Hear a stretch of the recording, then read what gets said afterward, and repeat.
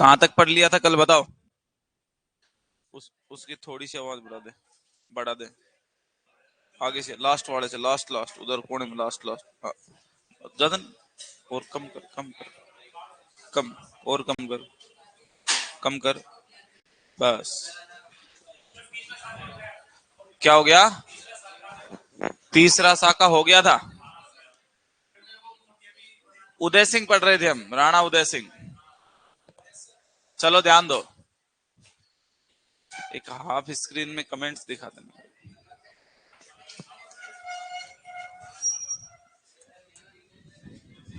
देखो भाई ध्यान दो, मेवाड़ का इतिहास हम पढ़ रहे हैं और मेवाड़ के इतिहास में आज नया शासक, नहीं सॉरी, उदय सिंह की कहां तक बात कर ली थी अपन ने? साका हो गया था, साका हो गया था ना मेवाड़ का।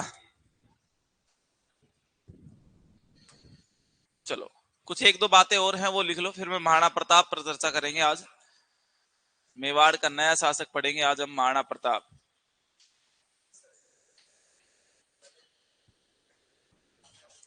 देखो ध्यान से, मैंने कल क्या पढ़ा है वो चीजें बता देता हूं। मेवाड़ के इतिहास में हम महाराणा महाराणा उदय सिंह पर चर्चा कर रहे थे। उदय सिंह, आपको पता है उदय सिंह जो है वो बनवीर को पराजित करके, या बनवीर को मेवाड़ की राजगद्दी से हटाकर क्या बना था? शासक बना था। महाराणा उदय सिंह के समय दिल्ली का पहले तो राजा कौन सा था? शेर शाह सूरी। और शेर शाह सूरी के समय, शेर शाह सूरी शेर शाह सूरी के समय जब आक्रमण करने की चाह की इस शेर शाह सूरी ने, तो महाराणा प्रताप ने इसको अपनी क्या दे दी? चाबियां दे दी थी। यानी कि शेर शाह सूरी और उदय सिंह में कभी कोई आक्रमण नहीं हुआ। लेकिन दिल्ली की गद्दी पर जैसे ही राजा बदला, राजा का नाम क्या आया? अकबर। अकबर अकबर की एक नीति थी, नीति का नाम मैंने कल बताया था, सुलह कुल की नीति। और सुलह कुल की नीति के तहत अकबर ने दो व्यक्तियों को किसको समझाने के लिए भेजा था? उदय सिंह को समझाने के लिए भेजा था। दो व्यक्तियों का नाम, पहले का नाम कौन सा था? भारमल, और दूसरे का नाम टोडरमल। इन दोनों व्यक्तियों के समझाने से कौन नहीं समझा? उदय सिंह की चलो कोई बात नहीं, लेकिन उदय सिंह ने एक गलती और कर दी थी। इस अकबर का विद्रोही था मालवा का। मालवा का कौन विद्रोही था? है भाई, बाज बहादुर। और इस बाज बहादुर को शरण किसने दे दी थी? यही कारण रहा कि अकबर ने अब अपनी सेना लेकर किस पर आक्रमण किया? उदय सिंह पर। उदय सिंह कौन से दुर्ग में था बताओ? चित्तौड़गढ़ दुर्ग में। जैसे ही अकबर की सेना चित्तौड़गढ़ पहुंची, उदय सिंह कहां पर भाग गया भाई? जंगलों में भाग गया, गोगुंदा के पास चला गया, जंगलों में छुप गया। लेकिन चित्तौड़गढ़ का कार्यभार किसने संभाला? फत्ता, जयमल और कल्ला जी ने, कल्ला जी राठौड़ ने संभाला। अकबर की सेना ने इसका घेराव कर रखा था। अकबर के पास एक बंदूक थी, बंदूक से घायल कौन हुआ था? बंदूक का नाम बताइए। संग्राम बंदूक थी अकबर के पास। और अकबर के पास जब यहाँ पर चित्तौड़गढ़ दुर्ग में रसद सामग्री खत्म हो गई थी, खाने पीने का सामान खत्म हो गया था, तो इन व्यक्तियों ने केसरिया धारण कर अकबर की सेना पर आक्रमण किया, लड़ते हुए क्या हो गए? वीर गति को प्राप्त हो गए। इसमें से जयमल की पत्नी थी, कौन थी बोलो? जिसका नाम क्या था? फूल कंवर। और फूल कंवर ने क्या कर दिया था साथियों? जो हर प्रथा निभाई थी। इसी कारण मेवाड़ का ये कौन सा शाखा कहलाया? तीसरा शाखा कहलाया। और इस चित्तौड़गढ़ दुर्ग पर अधिकार किसने कर लिया था? अकबर ने कर लिया था। ठीक है, तो यहां तक की बात शायद मैंने लिखवा दी थी। अकबर इनकी युद्ध की वीरताओं से खुश था, तो आगरा में आगरा की में दुर्ग में मूर्तियां लगवाई। फिर जूनागढ़ में इनकी मूर्तियां लगती हैं, इतना लिखवाया था बस। चलो नेक्स्ट लाइन में लिखो नीचे स्टार करके, नेक्स्ट लाइन में नीचे स्टार करके लिखो।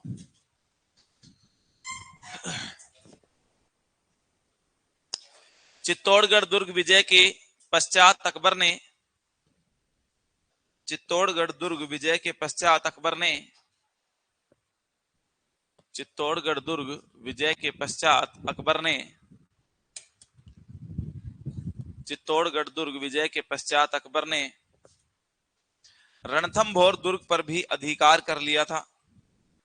रणथंभौर दुर्ग पर भी अधिकार कर लिया था।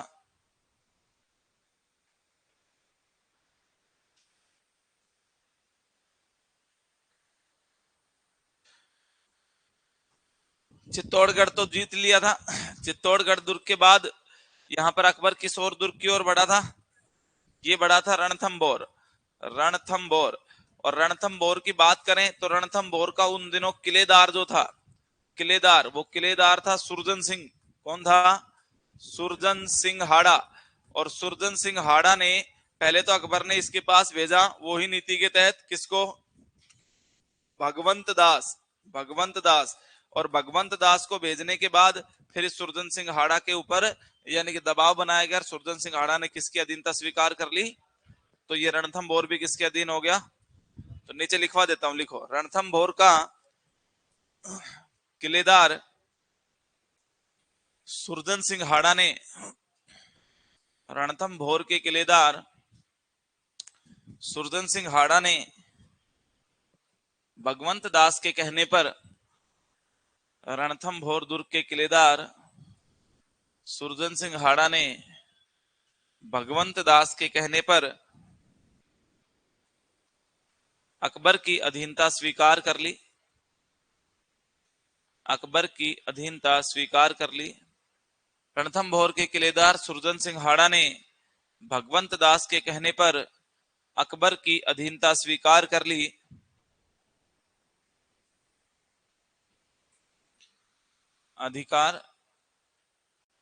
अधीनता स्वीकार कर ली और अकबर ने रणथंभौर दुर्ग पर अधिकार कर लिया।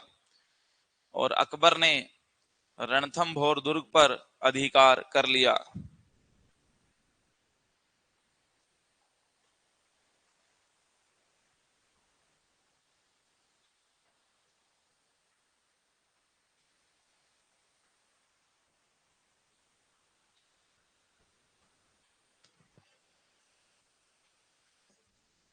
अकबर ने मेवाड़ का प्रशासक, अकबर ने मेवाड़ का प्रशासक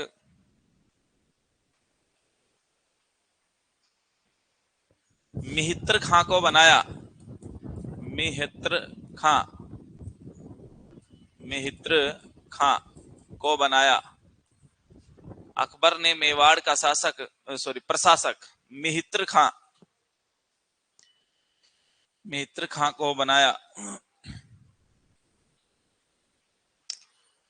फिर तिथि आती है प्यारे साथियों 28 फरवरी, 28 फरवरी और 1572 ईस्वी।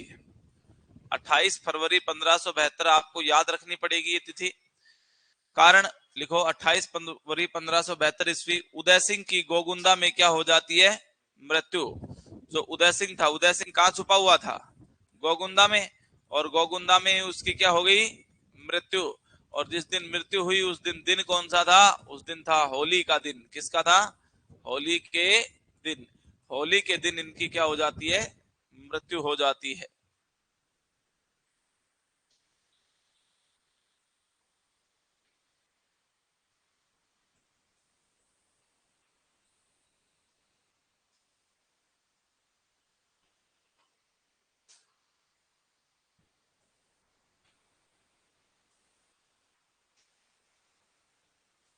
हो गया?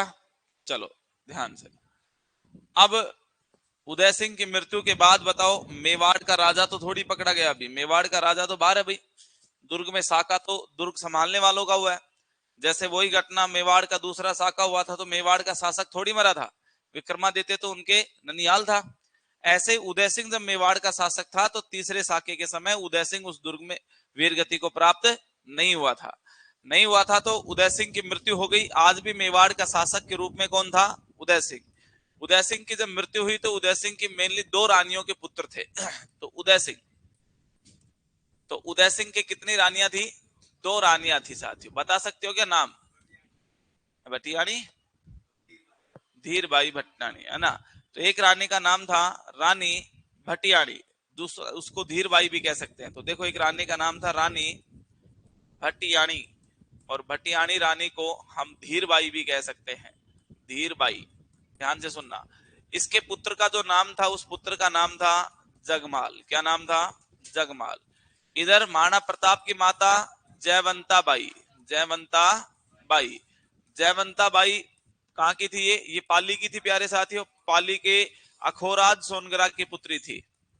अखोराज सोनगरा, और अखोराज जो सोनगरा था, उस सोनगरा की क्या थी, ये पुत्री थी, पुत्री थी। ठीक है। और इस जयवंते बाई के पुत्र का नाम क्या था, प्रताप। क्या नाम था, प्रताप।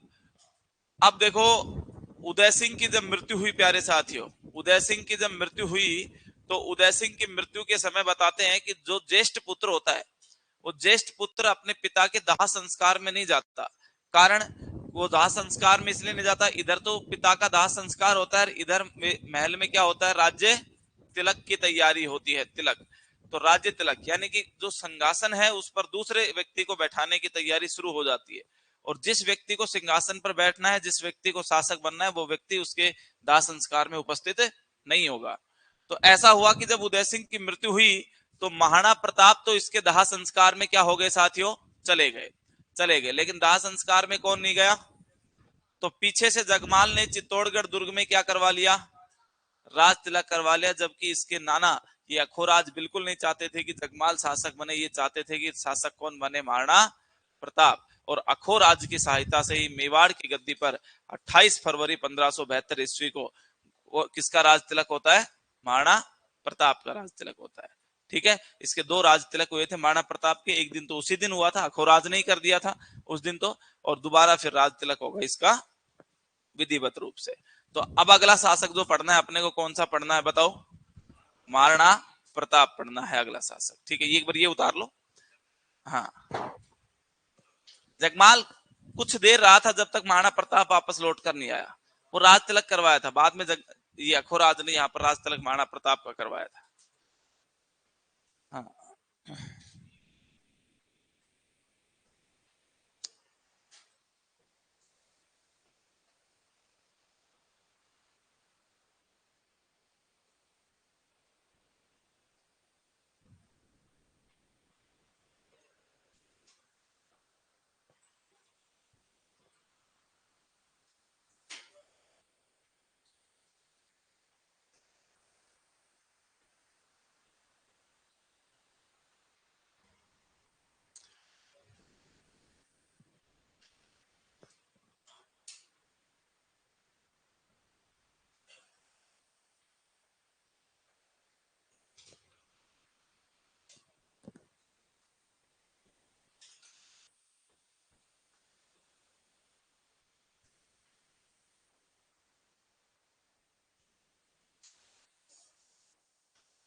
हो गया।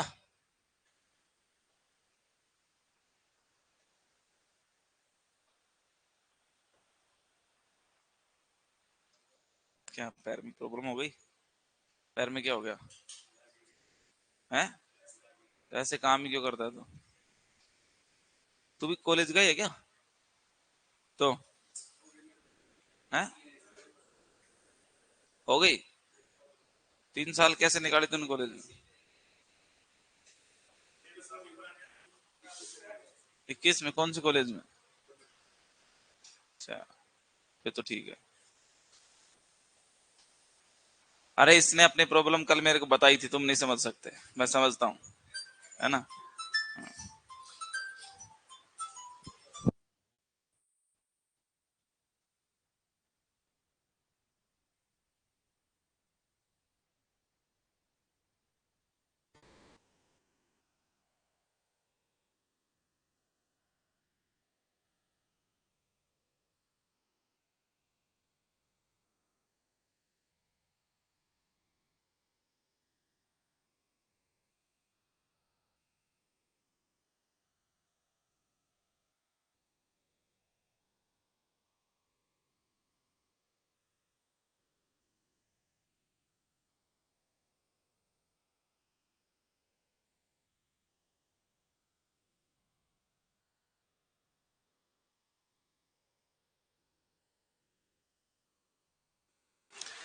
अरे बातें नहीं लिखो, अगला शासक का नाम लिखो महाराणा प्रताप, शासक का नाम लिखो महाराणा प्रताप, महाराणा प्रताप। बस ये अंतिम शासक होगा मेवाड़ का, जब इसका युद्ध काल माना जाएगा। आगे तो मुगलों के साथ क्या हो जाएगी, संधि हो जाएगी। और आपको पता है मुगलों के साथ संधि होने के बाद तो ऐसे कोई भयानक युद्ध नहीं होंगे जैसे राणा सांगा, कुंभा और इन्होंने लड़े, तो मुगलों के साथ संधि हो जाएगी। 1572 से 1597 ईस्वी तक इनका शासन काल है, लिख लो 1572 से 1597 तक, 97 तक इनका क्या है, शासन काल है। महाराणा प्रताप का जन्म बता दो कब हुआ, 9 मई 1540 ईस्वी। तो इनका जन्म लिख लो, जन्म इनका जन्म होता है 9 मई और 1540 ईस्वी को इनका जन्म होता है। सर जन्म कहाँ होता है इनका, कुंभलगढ़ के जूनी कचहरी में, कुंभलगढ़ के बादल महल के, मैं लिख देता हूं इनका जन्म स्थान, जन्म स्थान। और जन्म स्थान की बात करूं तो दुर्ग का तो नाम है कुंभलगढ़, दुर्ग का नाम क्या है, कुंभलगढ़। दुर्ग पूछे तो दुर्ग में महल का नाम है, महल का नाम है बादल महल, बादल महल। और महल के बाद, महल के बाद महल के अंदर कौन सा दूसरा महल है, यानी कि लघु महल, लघु महल। और लघु महल का नाम है जनाना, जनाना। और इसमें कक्ष का नाम है, कक्ष का नाम है जूनी कचहरी, कचहरी। और इस जूनी कचहरी में महाराणा प्रताप का क्या हुआ था, जन्म हुआ था, याद रखना। दुर्ग कुंभलगढ़ के बादल महल, बादल महल के जनाना महल, जनाना महल के कक्ष जूनी कचहरी में जयवंता बाई से महाराणा प्रताप जन्मे भाई। मैं अगर तुमसे विक्रम संवत पूछ लूं, ये तुम्हें मिली हुई है सन, ईस्वी 1540 ईस्वी, आप मुझे बताओ विक्रम संवत क्या होगा। मुझे नहीं पता, आंसर दो। मैं 57 जोड़ता तो मैं मैथ में अच्छा होता। 1597 ईस्वी विक्रम संवत सही है। चलो तो इसमें 57 क्यों जोड़े, किन बच्चों को नहीं पता सर 57 क्या है, देखो ध्यान से मैं बता देता हूं। कभी भी हमारे दो कैलेंडर होते हैं, एक कैलेंडर होता है गिरगोरियन, गिरगोरियन, ये जो नालायक बोल रहे हैं इनको तो समझा रखा है मैंने। ये गिरगोरियन कैलेंडर जो है ये अपना है मार्च अप्रैल वाला, जो आप अप्रैल जनवरी फरवरी जो आप ये महीने गिनते हो, ये महीने वाला जो कैलेंडर है ये कौन सा कैलेंडर है, गिरगोरियन। ये पूरे विश्व का कैलेंडर है, अंतरराष्ट्रीय कैलेंडर कहलाता है ये, विश्व का। ये सूर्य गणना पर आधारित कैलेंडर है। लेकिन जो हमारे हिंदू धर्म को हम मानते हैं, और हिंदू धर्म का जो कैलेंडर है हमारा, वो कैलेंडर कौन सा है, विक्रम संवत। विक्रम संवत की जब भी बात करते हैं तो ये 57 ईसा पूर्व है। ईसा पूर्व का मतलब यहाँ पर होता है साथियों, जब ये गिरगोरियन कैलेंडर बना था उससे 57 वर्ष पहले हमारा कौन सा कैलेंडर बन चुका था। तो बताओ मैंने कौन सी सन दी है, ये 1540 ईस्वी। जिस इस सन के पीछे ईस्वी लगेगी, हमारे कैलेंडर के पीछे ईसा पूर्व शब्द लगेगा। तो मैंने छोटे की सन दी है और मैंने बड़े की सन पूछी है, तो मैं इसमें 57 क्या कर दूंगा, माइनस। तो क्या हो जाएगा 1597, 97 आएगा ना, ठीक है। अगर मैं कहता महाराणा प्रताप का जन्म विक्रम संवत 1597 ईस्वी में हुआ है, आप सन बताइए, तो आप इसमें 57 क्या कर देते, माइनस कर देते, आपका आंसर क्या आ जाता, 1540। तो ये छोटी सी चीजें याद रखनी है आपको, ठीक है। विक्रम संवत की बात करें तो 1540 ईस्वी में ज्येष्ठ शुक्ल, ज्येष्ठ माह के शुक्ल पक्ष की तृतीया, लिख दो ज्येष्ठ, ज्येष्ठ माह के शुक्ल पक्ष की तृतीया को जन्म होता है। इसे प्रताप जयंती जानते हैं, इसे इसे क्या कहते हैं, प्रताप जयंती इसे कहते हैं साथियों। बेटा उधर उधर ना, इसे कहते हैं प्रताप जयंती, प्रताप जयंती, प्रताप जयंती के नाम से हम इसे जानते हैं। लिख दो प्रताप जयंती।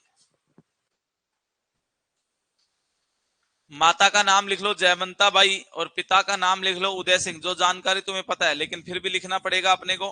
माता, और माता का नाम है जयवंता बाई, और यहीं पर पिता का नाम भी अपने को याद रखना है साथियों, और पिता का नाम है उदय सिंह, उदय सिंह।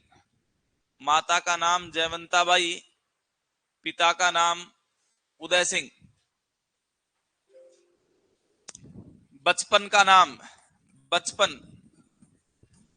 अरे बचपन का नाम तो तुम्हारा सबका भी होगा, है ना, है भाई, है।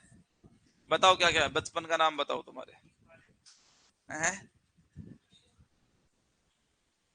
तेरे बचपन का नाम क्या रे? हैं? ये क्या, ये कोई नाम थोड़ी होता है। अरे इच्छा क्या थी तो ये तो बता। और अब नाम क्या है तेरा? है? तो क्या बोलते हैं तेरे को?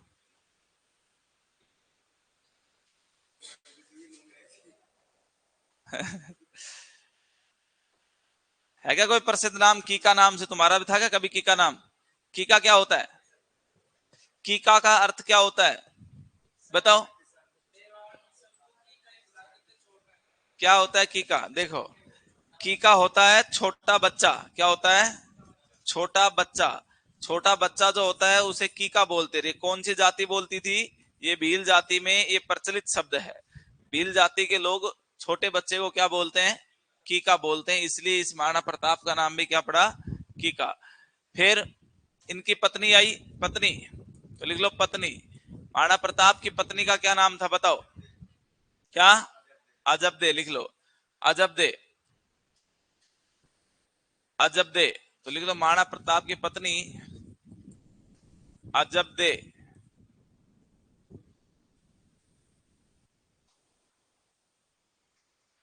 फिर लिखो राज्य अभिषेक।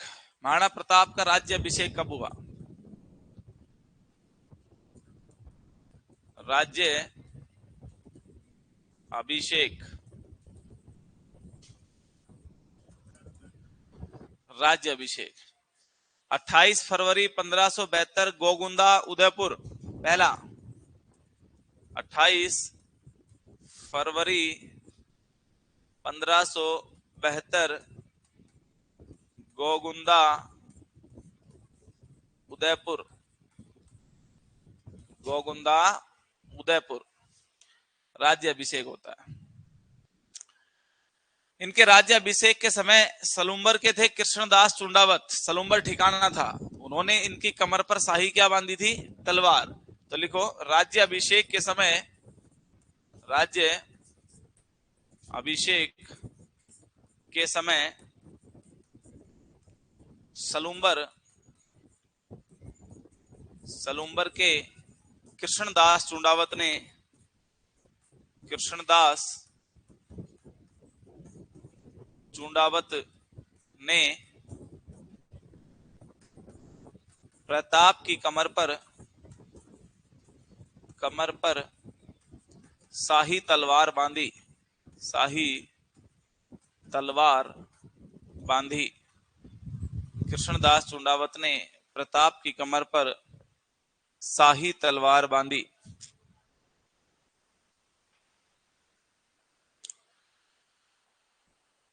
इनका जो विधिवत रूप से राज्य अभिषेक हुआ था वो दूसरा राज्य अभिषेक लिख लो कुंभलगढ़। यानी हम कह सकते हैं सेकंड विधिवत रूप से जो राज्य अभिषेक हुआ था, राज्य अभिषेक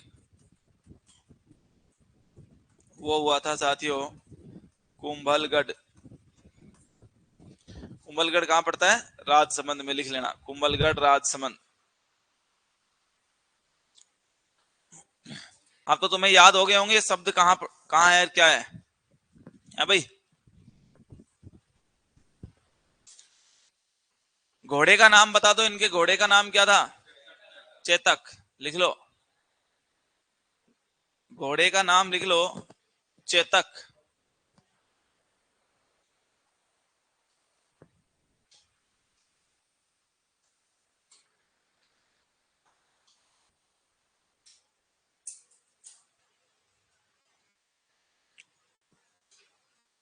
हाथी का नाम लिखो। इनके हाथी का नाम राम प्रसाद।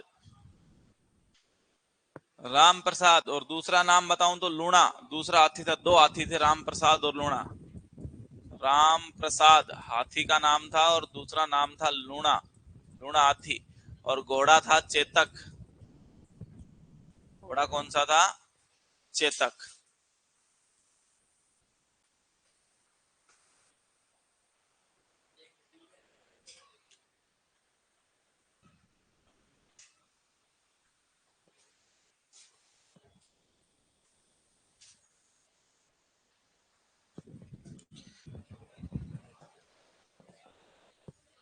बताओ महाराणा प्रताप के कोई उपनाम है क्या?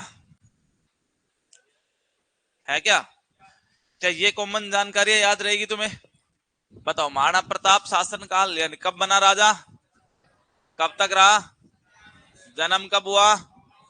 9 मई 1540। जन्म स्थान कौन सा दुर्ग, महल कौन सा, लघु महल, कक्ष कौन सा?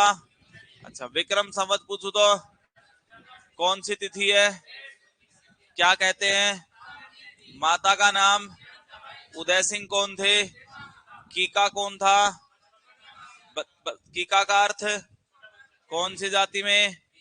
अच्छा पहली बार राज्याभिषेक कब हुआ, कहां पर हुआ? अच्छा सलूम्बर का कौन था, कमर पर क्या बांधी? अच्छा दूसरा राज्याभिषेक कहाँ हुआ, कुंभलगढ़ कहाँ पड़ता है? चेतक किसके घोड़े का नाम था, लूणा किसका हाथी था, राम प्रसाद किसका हाथी था? याद रहेगी, कॉमन जान। अब लिखो उपनाम, महाराणा प्रताप के उपनाम, महाराणा प्रताप और महाराणा प्रताप के आपको लिखने हैं साथियों उपनाम, उपनाम। महाराणा प्रताप, नीला घोड़ा रा अवसा असवार, हाँ बिल्कुल उपनाम में लिखो। हल्दी घाटी का क्या कहा जाता है, इन्हें शेर कहा जाता है, याद रखना। पहला, हल्दी घाटी का शेर कहा जाता है, हल्दी घाटी का शेर। मेवाड़ केसरी भी इन्हें ही कहा जाता है, क्या कहा जाता है प्यारे साथियों, मेवाड़ केसरी। और मेवाड़ केसरी भी महाराणा प्रताप को ही कहा जाता है, याद रखना। हिंदुआ सूरज भी महाराणा प्रताप को कहा जाता है, याद रखना। हिंदुआ सूरज, और हिंदुआ सूरज भी नाम है वो महाराणा प्रताप का है, हिंदुआ सूरज। पाथल किसे कहा जाता है, पाथल, पाथल महाराणा प्रताप को कहा जाता है, जबकि पीथल किसे कहा जाता है? Very good. और कीका किसे कहा जाता है? महाराणा प्रताप को। तो पाथल, कीका, इनके बारे में भी तुम्हें याद रखना है, ठीक है। ये सारे महाराणा प्रताप के क्या हैं, उपनाम हैं, उपनामों से जाना जाता है महाराणा प्रताप।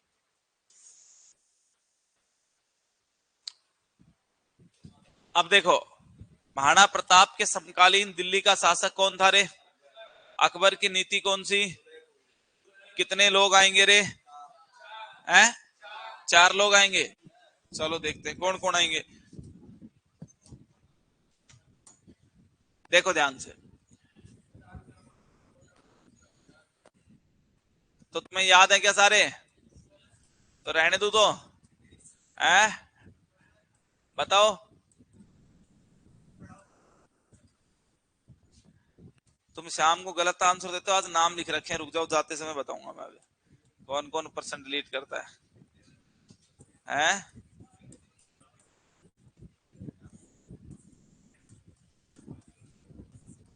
महाराणा प्रताप, इनके इधर कौन सी रियासत थी, और दिल्ली का शासक कौन बैठा हुआ था? अकबर बैठा हुआ था, अकबर। अकबर, अकबर के साथ दुश्मनी तो चली रही है। अकबर ने मेवाड़ को अधीन किया था, लेकिन मेवाड़ का शासक महाराणा प्रताप बनते ही अकबर ने वही नीति अपनाई, कौन सी? सुलह कुल की नीति, कुल नीति। और सुलह कुल नीति के तहत इस अकबर ने यहाँ पर कितने लोगों का शिष्टमंडल भेजा? 4 लोगों का शिष्टमंडल आया, शिष्टमंडल यहाँ। और शिष्टमंडल का काम था महाराणा प्रताप को समझाना, देखो तुम्हारे पिता ने जो गलती की तुम मत करो। तुम्हारे पिता की गलती का अंजाम तुम्हें देख लिया चित्तौड़गढ़ में 1567-68 ईस्वी में। हमने चित्तौड़गढ़ पर अधिकार कर लिया, रणथंभौर पर अधिकार कर लिया। तुम जंगलों में बचपन बिताया, भीलों के साथ बिताया। अगर तुम्हारे पिता बात मान जाते थे तो आज तुम मेवाड़ के राजकुमार होते, हालांकि मेरे अधीन होते। तो इन सब बातों की चर्चा करने के लिए, महाराणा प्रताप को समझाने के लिए कितने लोग आए? इनमें से सबसे चतुर कौन था? अच्छा 4 व्यक्ति लिखो पहले तो, एक एक। पहले तो डायग्राम देखो, 4 लोग कौन आए, पहले ये बनाओ, फिर 4 लोग लिखवा रहा हूं मैं।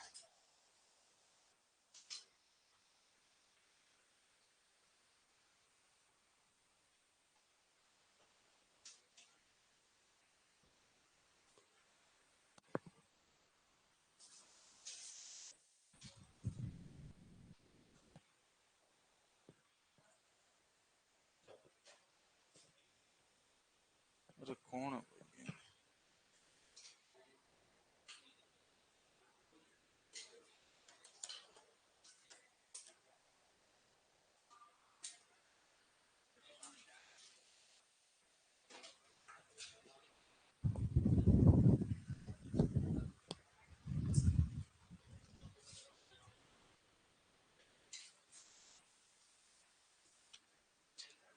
जगमाल, मानसिंह, भगवंत दास, टोडरमल। बिल्कुल सुमन छावा सही आंसर है।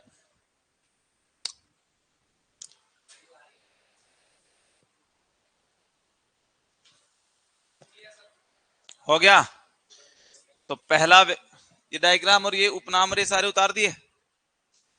पहले व्यक्ति का नाम लिखो शिष्टमंडल में। जगमाल खां। समझाने के लिए पहले कौन से आए थे? जगमाल खां। जगमाल खां समझाने के लिए आए थे। कोरची, इनका नाम भी लिख सकते हो, जगमाल खां कोरची। सॉरी, जलाल खां। जगमाल नहीं, जलाल खां। जलाल खां।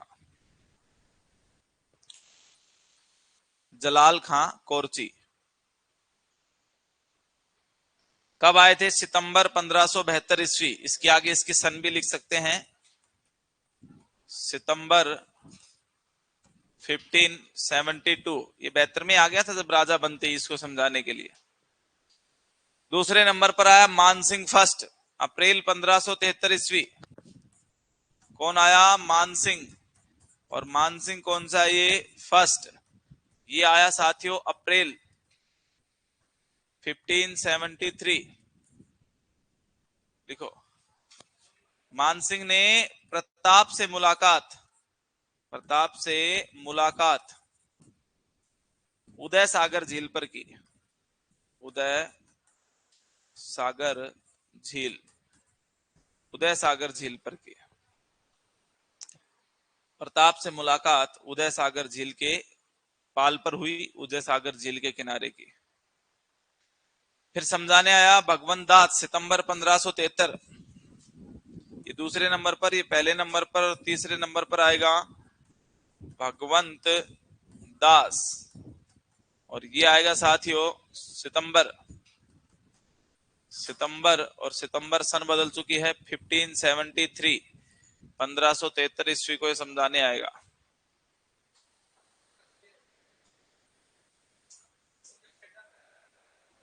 मानसिंह का बेटा नहीं था रे, चाचा भतीजा थे। चाचा था भगवंत दास। फिर आया था टोडरमल। 4 नंबर पर लिखो टोडरमल। टोडरमल। टोडरमल में लिखो दिसंबर 1573 ईस्वी। दिसंबर 1573। टोडरमल सबसे चतुर आदमी था इसके दरबार में। महाराणा, सॉरी महाराणा नहीं, अकबर के दरबार में, मुगल बादशाह अकबर के दरबार में सबसे चतुर आदमी था।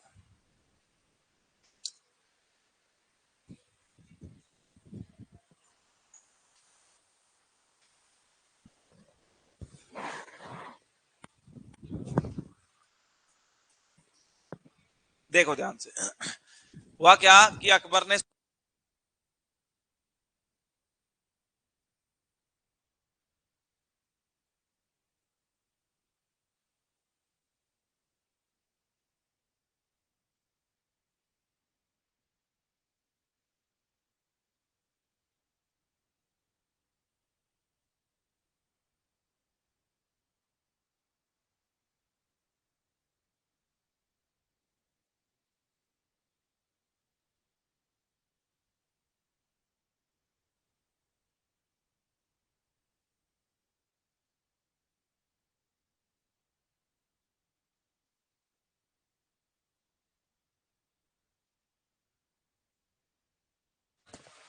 हाँ भाई ध्यान दो।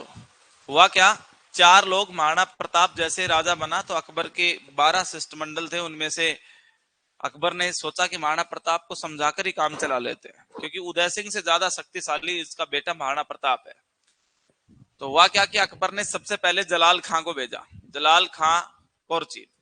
जलाल खां मेवाड़ में आते महाराणा प्रताप से कहता है कि वो पिछले दिन की बात याद दिलाता है कि तुम्हारे पिता उदय सिंह के समय ऐसा हुआ, 40,000 निर्दोष हिंदू काटे गए, तो तुम ऐसी गलती मत करो। अकबर की तरफ से ऑफर है कि आप अकबर से हाथ मिला लो, उसके अधीन हो जाओ, मेवाड़ को उसके अधीन करो, आप दिल्ली के राज दरबारों में ऐश करो ना, या क्या है मेवाड़ के जंगलों में भीलों के साथ रह रहे हो। महाराणा प्रताप ने जलाल खां को कहा कि मेरे पिताजी ने अधीनता स्वीकार नहीं की तो मैं भी नहीं करूंगा, यानी कि जलाल खां को क्या कर दिया, बिल्कुल मना कर दिया। अकबर ने सोचा कि हो सकता है कि भाई ये मुस्लिम था, इसकी बातें ना माने, मुगल था, तो इन्हीं के ही राजपूत सैनिक, किसको भेजता हूं मैं, मानसिंह अकबर के दरबार का मुख्य सेनापति के रूप में कार्य कर रहा था, और ये यहाँ का था, आमेर का। वैसे मानसिंह जो है योद्धा बहुत अच्छा था इतिहास में, लेकिन आमेर वालों का इतिहास तो वैसे ही खत्म हो गया था जैसे ही उन्होंने मुगलों से क्या कर ली थी, संधि। मानसिंह ने बहुत सारे युद्ध लड़े हैं और बहुत सारे युद्ध जीते हैं मानसिंह ने, लेकिन वो युद्ध जीतने का कोई फायदा नहीं है। वो युद्ध किसके लिए जीते हैं, अकबर के लिए। जितने भी अभियान किए हैं वो किसके लिए किए हैं, अकबर के लिए किए। अगर मानसिंह जैसा योद्धा मेवाड़ में है और लेकिन वो अकबर के लिए युद्ध करता था। हालांकि अकबर की और मानसिंह की पहले बिल्कुल नहीं बनती थी, लड़ाई भी हुई थी। वह क्या था कि जब अकबर पहली बार आमेर दुर्ग में आया था तो भारमल ने अधीनता स्वीकार की थी सबसे पहले, और अपनी पुत्री जोधाबाई का क्या किया था, विवाह। तो विवाह के समय अकबर बैठा हुआ था, मानसिंह उस समय घूम रहा था। तो मानसिंह थोड़ा भाई दिखने में ठीक ठाक नहीं था, है ना, बिल्कुल मतलब सुंदर नहीं था मेरी तरह, है ना भाई, सुंदर नहीं था। तो अकबर ने कहा ये बच्चा कौन है, इसने कहा कि ये हमारे मानसिंह है। तो अकबर ने ऐसे मजाक मजाक में बुलाया, मानसिंह इधर आ। तो अकबर ने कहा रे, जब भगवान नूर बांट रहा था, नूर का मतलब सुंदरता बांट रहा था, भूरापन बांट रहा था, तो तू क्या सो रहा था उस समय, ऐसे अकबर ने कहा। अब भाई साहब मानसिंह ताकतवर ही नहीं, वो बुद्धिमान भी बहुत ज्यादा था। उसने कहा रे, बादशाह ने तो 5 आदमियों के बीच में गलत बात कर दी, है ना भाई, कोई दिक्कत नहीं है, सुंदरता किसको, हम दिल से साफ है, दिमाग से अच्छे, ताकतवर है, वो हमारी तो दिखी नहीं, इसलिए सुंदरता देख ली। तो अकबर मानसिंह ने 2 मिनट तो सोचा, तो मानसिंह ने कहा बादशाह बात ऐसी है कि जब आप सुंदरता की लाइन में लग रहे थे, आप नूर की लाइन में लग रहे थे, उस समय मैं ताकत की और बुद्धि की लाइन में खड़ा था। तो कहने का मतलब उसने बादशाह क्या कहा, आप मेरे से कमजोर हो और मेरे से कम बुद्धिमान हो, उसने ऐसा जवाब दिया। अकबर ने उसी समय सोच लिया था कि ये लड़का काम का है, ये लड़का काम का है। उसी दिन जोधाबाई के साथ ही ले गया था छोटे से बच्चे को ही, किसने, मानसिंह को, छोटे से बच्चे को ले गया दिल्ली, कहा कि ये मेरे पास ही रहेगा। जोधाबाई के विवाह के साथ ही मानसिंह दिल्ली के दरबार में रहने लग गया था। वहीं पर इसने सारी चीजें सीखी और मानसिंह अकबर की सेवा में ही ये अपना पूरा जीवन बिताया इसने, ठीक है। तो मानसिंह समझाने आया और मुलाकात कहाँ होती है, महाराणा प्रताप ने अपने बेटे, महाराणा प्रताप के बेटे का नाम क्या था, अमर सिंह से कहा रहे, अमर सिंह इस मानसिंह से मिलने तू चला जा, मुझे इस आमेर के इतिहास में आमेर वाले बिल्कुल अच्छे नहीं लगते क्योंकि ये मुगलों के साथ है।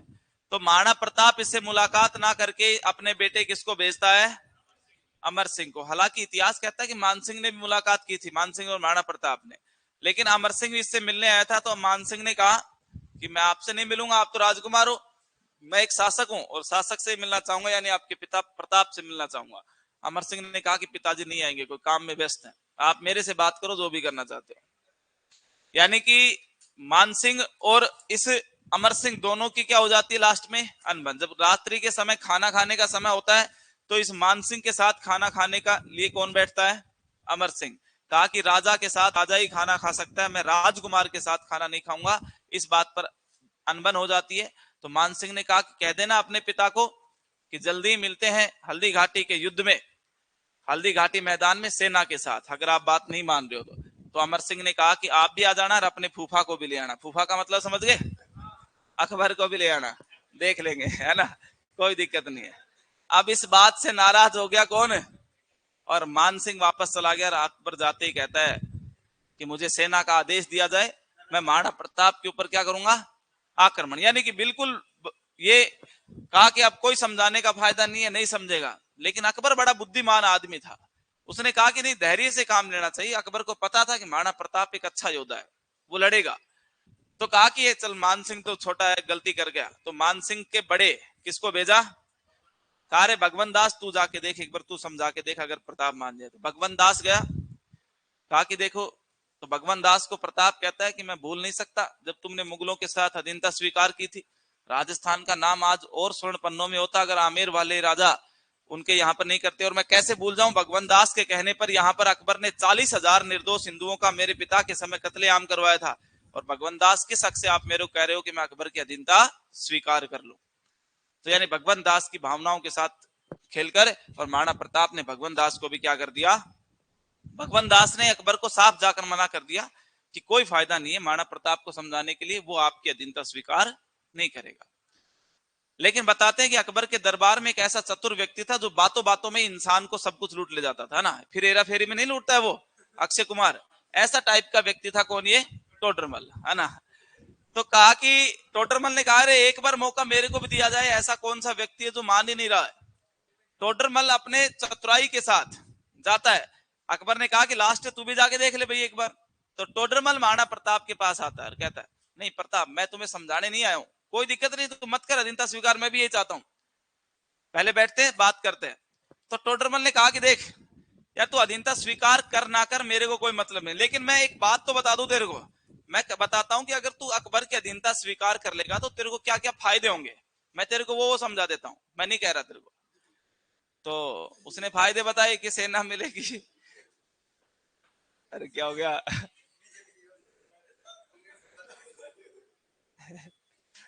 अरे इसको करने दो, ये छोरा ठीक है ना। हाँ। तो महाराणा प्रताप ने कहा टोडरमल को कि टोडरमल भाई साहब, बात ऐसी है कि मैं तुम्हें लिस्ट देता हूं कि महाराणा प्रताप, उस अकबर के जाके कह दो कि महाराणा प्रताप की अधीनता स्वीकार कर ले, उसको क्या क्या फायदे होंगे। यानी उसको उसकी भाषा में उल्टा जवाब दिया। टोडरमल वापस आ गया। टोडरमल ने अकबर को कहा, चाहे इस दुनिया में किसी भी व्यक्ति को भेज देना, महाराणा प्रताप किसी से नहीं मानेगा। और इसी प्रकार चारों शिष्टमंडल की बात मना कर महाराणा प्रताप ने युद्ध को ललकारा, लेकिन अकबर की अधीनता स्वीकार नहीं की। ऐसे वीर योद्धा कौन थे हमारे, महाराणा प्रताप। ठीक है, बाकी इनके युद्ध काल के बारे में पढ़ेंगे कल की क्लास में।